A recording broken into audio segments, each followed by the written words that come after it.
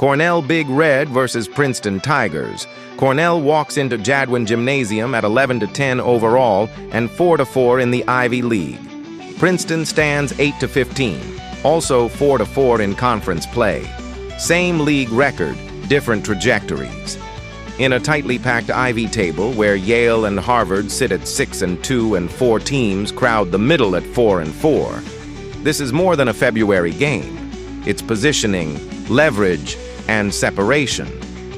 Cornell has the statistical edge across the board and carries a 57.4% win probability into the night. Princeton defends its home floor, knowing a win flips the narrative and tightens the race even further. This is a swing game in every sense. Cornell averages 91.1 points per game, a blistering number built on 50% shooting from the field and 40.3% from three. They share the ball at 22.2 assists per game and convert 75.2% at the free throw line. They rebound at 35.6 per night, generate 6.2 steals, and protect the rim with 2.9 blocks. The only blemish, 12.1 turnovers per game and 85.1 points allowed. They play fast, and opponents get chances. Princeton operates at a slower pace. The Tigers average 69.4 points per game on 41.9% shooting, 33.8% from three, and 74.4% from the line. They grab 34.2 rebounds, hand out 13.1 assists, and commit 10.8 turnovers. Defensively, they allow 71.6 points per game, while producing 4.7 steals and 2.3 blocks. They are methodical, structured, and far more comfortable in the half-court. The offensive engines define the identity of each team. Cornell's Cooper Noard pours in 19.4 points per game on 51.7% shooting and a remarkable 90.4% from the line. Jake Fegan adds 16.7 on 53.5% shooting and 41.5% from deep. Adam Hinton chips in 13.3 with 43.9% from three. This is spacing, rhythm, and efficiency. Princeton counters with Jackson Hickey at 15.1 points, 5.4 rebounds, and 2.6 assists per game, shooting 47.3% from the field and 40.8% from three. Malik Abdullahi anchors the glass at 6.0 rebounds while scoring 9.4 on 55.8% shooting. Jack Stanton provides 10.9 points and 37.7% from beyond the arc. The primary theme is clear: Cornell's elite offensive firepower against Princeton's controlled, defense-first structure, pace versus patience, shot-making versus shot selection. Cornell has won 4 of its last 5, 88-67 at Columbia, 87-64 at Princeton in late January, 86-79 at Harvard, and 89-67 over Brown. The only slip was a 91-81 loss to Penn. The scoring is consistent, the margins convincing, and the road success undeniable. Princeton has dropped 3 of its last 5, including a 61-60 loss to Penn and a 71-69 defeat at Dartmouth. They did secure a statement 80-68 win over Columbia and a 63-53 victory over Brown, but the 87-64 loss to Cornell on January 30th still lingers. That game exposed scoring droughts and perimeter containment issues. The spotlight shifts to Cooper Noard and Jackson Hickey. Noard is an efficient, composed scorer who fits seamlessly into Cornell's system. Hickey stretches defenses, gets to the line, and rebounds from the guard spot, but he'll need to shoulder more of Princeton's offense. If Noard controls tempo and gets downhill, Cornell hums. If Hickey dictates pace and limits transition opportunities, Princeton shortens the game. Tactically, Cornell will push off rebounds and turnovers. Their 22.2 assists show a commitment to movement, extra passes, kickouts, weak side action. Princeton must defend without fouling and keep Cornell out of rhythm threes. The Tigers' edge lies in ball security and rebounding discipline. They turn it over less and can limit second chances. Watch the three-point line. Cornell's 40.3% team accuracy is the swing factor. If they approach that number, Princeton cannot trade baskets at this scoring rate. The Tigers must force mid-range attempts and grind possessions late into the shot clock. Bench depth slightly favors Cornell, whose scoring distribution extends beyond its top two. Princeton relies more heavily on its starting unit to create offense, and prolonged scoring droughts have defined their losses. In the end, the numbers point toward efficiency and tempo dictating the outcome. Cornell's offensive balance, 50% team shooting, and ability to score in waves create separation. After analyzing both teams, my first pick for this match is Cornell winner. Cornell's shooting depth and transition pressure prove too much over 40 minutes. The Tigers keep it close early, but offensive efficiency and pace tilt the game late. Cornell leaves Princeton with control of its conference positioning and confirmation that its offense travels. My second pick for this match is total over 154.5. George Mason versus George Washington. George Mason enters at 21-4 overall and 9-3 in the A10, sitting third in the conference race and firmly in control of its postseason positioning. George Washington stands at 14-11 overall and 5-7 in league play, 9th in the standings and fighting to climb back into relevance. The numbers give the edge to the visitors, a 62.6% win probability, but this is more than percentages. It's a rivalry inside the nation's capital, a top-tier contender against a dangerous middle-tier group capable of changing the math of the conference race with one statement win. George Mason is chasing positioning. George Washington is chasing momentum. That contrast sets the stage. George Washington averages 83.6 points per game, one of the more explosive offenses in the conference. George Mason counters at 75.4 points per night, more balanced but highly efficient. The Patriots shoot 48% from the field and 34% from three, along with 72.6% at the line. The Revolutionaries sit at 46.9% overall, 35.7% from deep, and 73.3% at the stripe. Rebounding tilts toward George Washington, 38.2 boards per game to Mason's 35.5.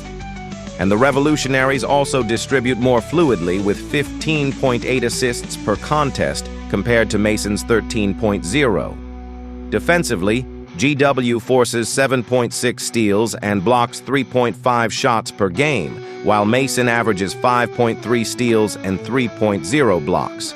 Turnovers are nearly even, but GW's 12.8 per game to Mason's 10.8 suggests the Patriots are slightly steadier with the ball.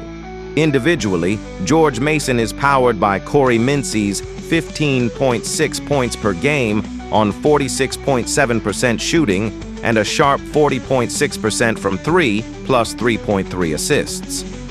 Riley Allenspash adds 13.4 points and 6.1 rebounds on 57.5% efficiency, giving Mason interior reliability.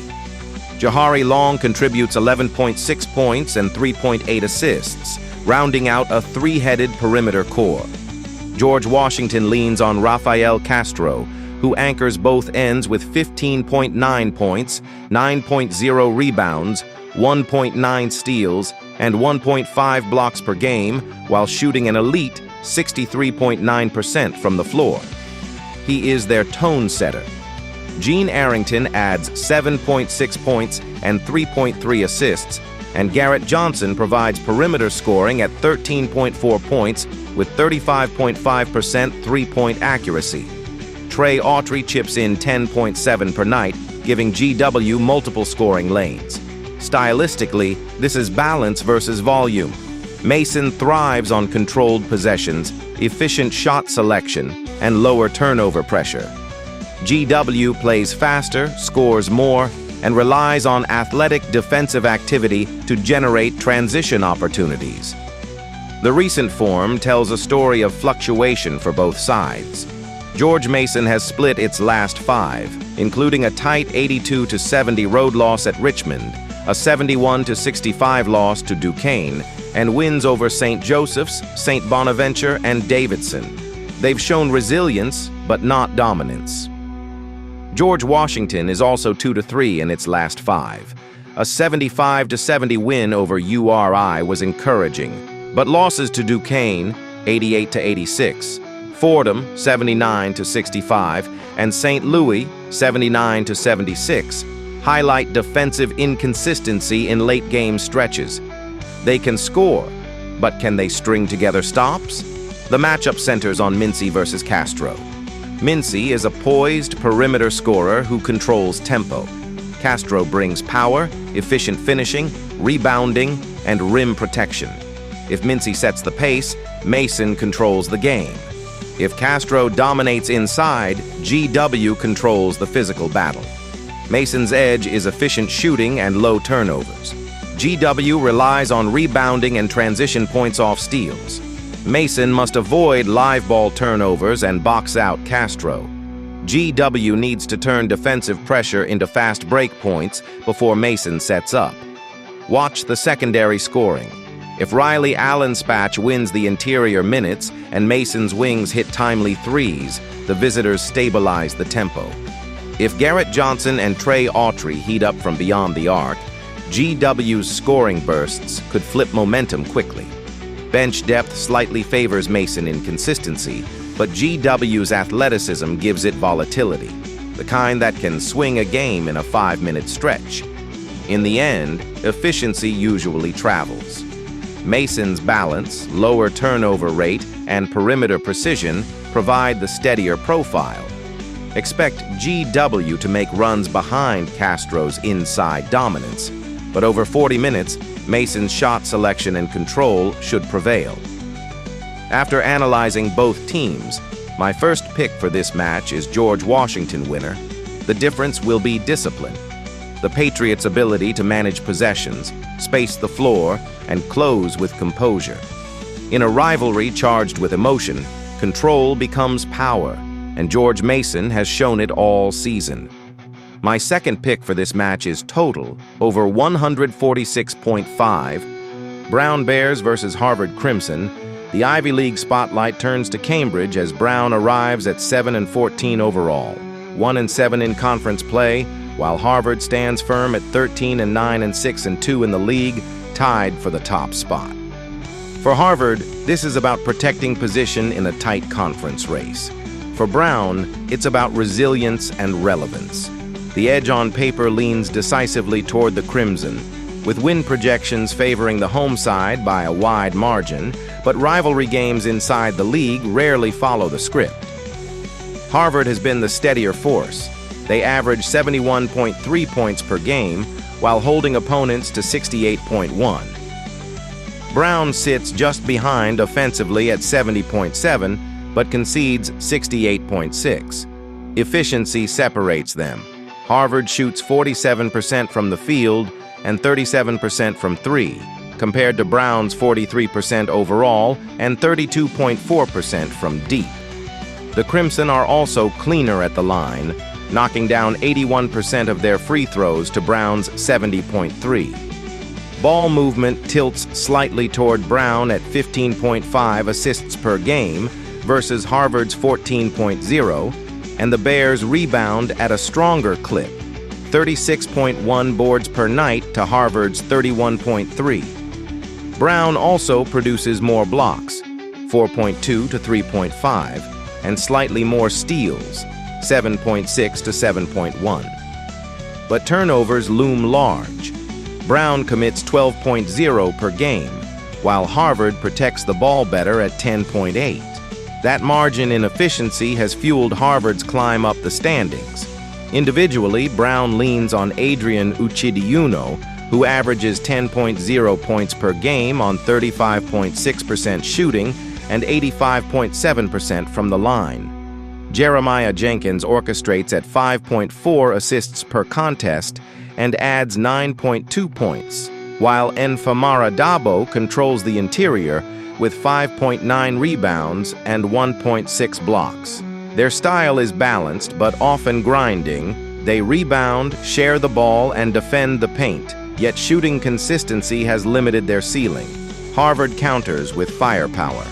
Robert Hinton leads the way at 17.3 points per game, shooting 50% from the field and 33.3% from three. Chandler Pigg adds 13.5 points and 3.0 assists, hitting 46.7% overall and 31.4% from deep. Tay Barber contributes 12.8 points and 5.2 rebounds, stretching defenses at 41.9% from three. Thomas Batties anchors the defense with 1.4 blocks per game. Harvard's identity is rhythm and spacing, efficient shooting, crisp execution, and defensive discipline. Recent form only sharpens the contrast. Brown has dropped 4 of its last 5. Losses to Yale, 81-69, Dartmouth, 77-70, Harvard, 69-59, and Princeton, 63-53, with its lone win coming against Cornell. Offensive droughts and narrow margins have defined this stretch. Harvard, meanwhile, has won 4 of 5, including a 71-58 victory over Dartmouth and a 69-59 win over Brown. Even in defeat against Cornell, the Crimson stayed competitive. They're executing late, defending consistently, and playing with the composure of a contender. The centerpiece is Hinton versus Brown's collective defense. Hinton's 17.3 points per night come with efficiency and shot selection. He doesn't force the game, he shapes it. Uche Diuno provides Brown's scoring punch, but at 35.6% from the field, he must find cleaner looks. Jenkins' playmaking against Harvard's disciplined perimeter defense could determine whether Brown generates rhythm or settles for contested shots. On the glass, Dabo's presence against Barber and Batties becomes critical. Second chances are Brown's clearest path to disruption. This game comes down to efficiency versus effort. Brown aims to control the boards and slow the pace, while Harvard relies on spacing, ball security, and shooting efficiency. If Harvard shoots well and limits turnovers, it gains the edge. If Brown dominates rebounding and scores inside, it keeps the game tight. Watch the turnover column and the three-point line. Harvard's 37% from deep stretches, Brown's 43% overall defense. Brown's 32.4% from three means they must compensate with paint points and free throws. Late game, Harvard's 81% at the line provides security. Brown's 70.3% leaves less margin. In the end, balance and efficiency prevail. Harvard's shooting edge, ball security, and current momentum align with the stakes of the conference race. Brown's toughness keeps it competitive, especially on the glass, but over 40 minutes, the Crimson's offensive precision creates separation. After analyzing both teams, my first pick for this match is Harvard winner.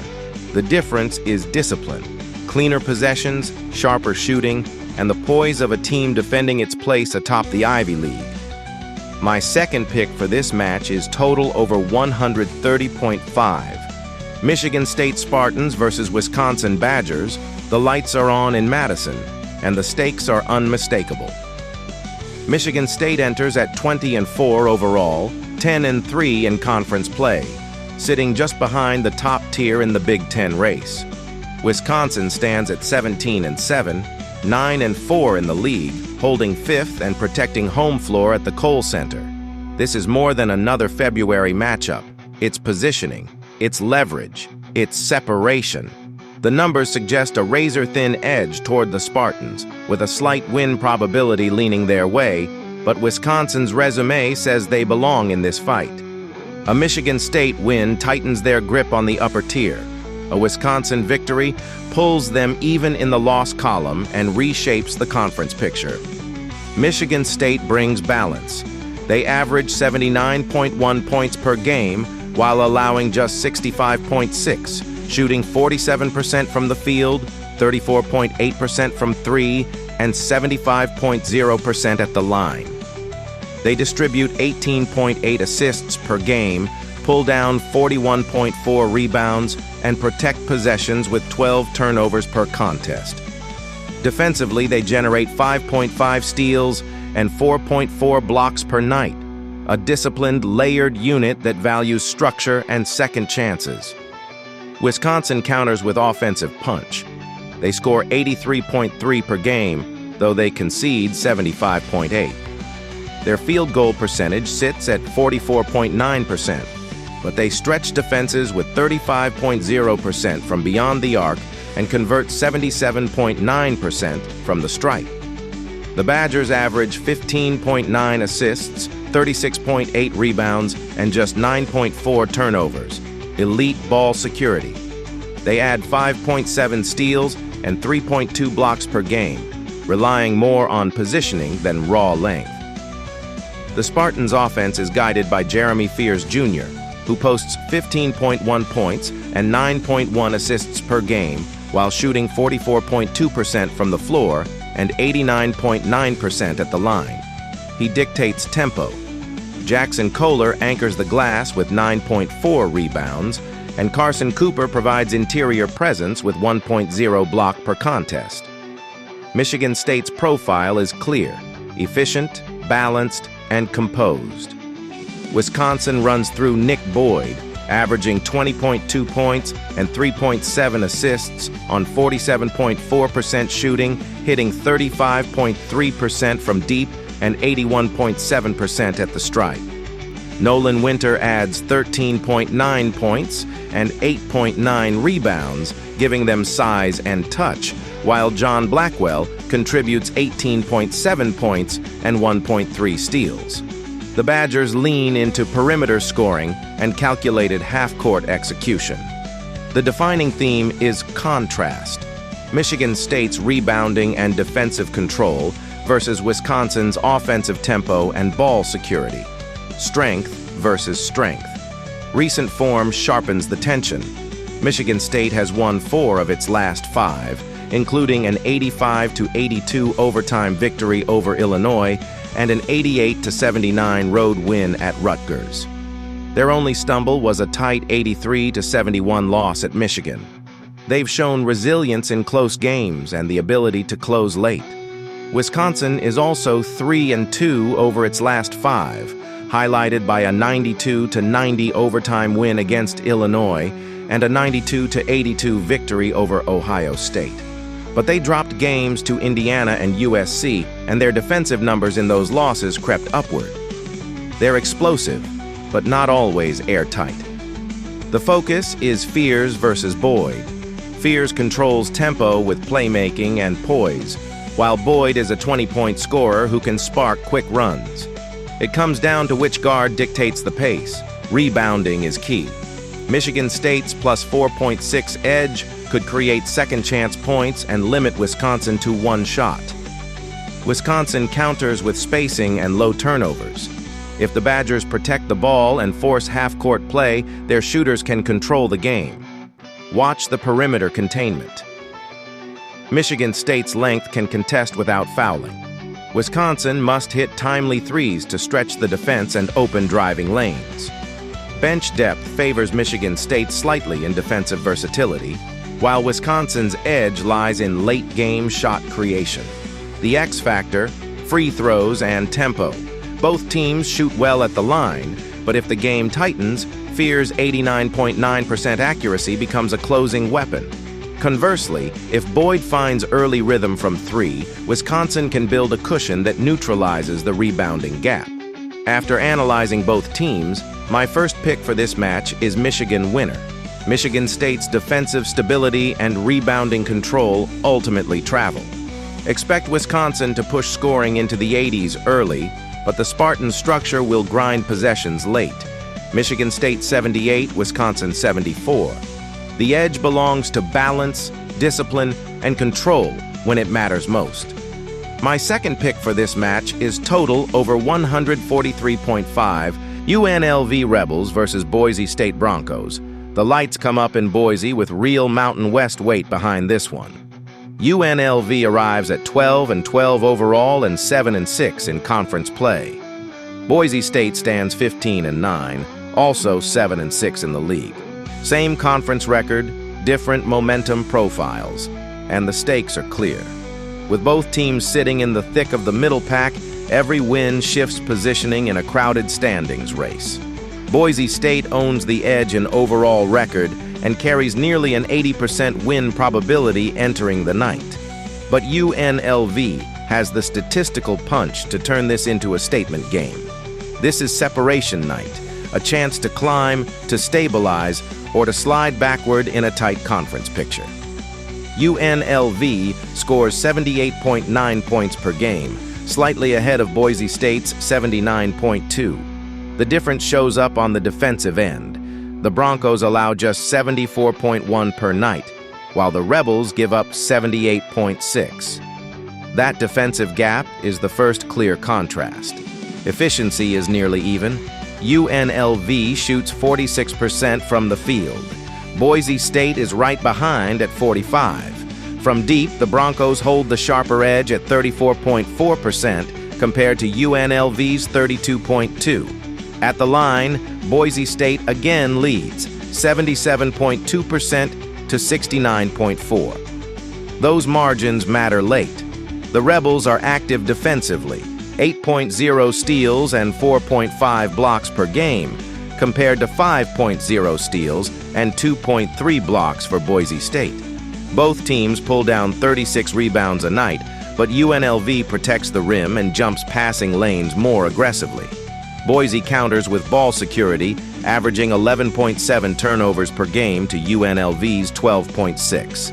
Individually, UNLV is powered by DJ Gibbs-Lawhorn at 18.7 points per game on 49.2% shooting, 37.8% from three, and 82% at the line. He adds 2.8 assists and 3.1 rebounds, plus 1.6 steals, a complete offensive initiator. Jacob Benarby contributes 5.7 rebounds, and Howie Fleming Jr.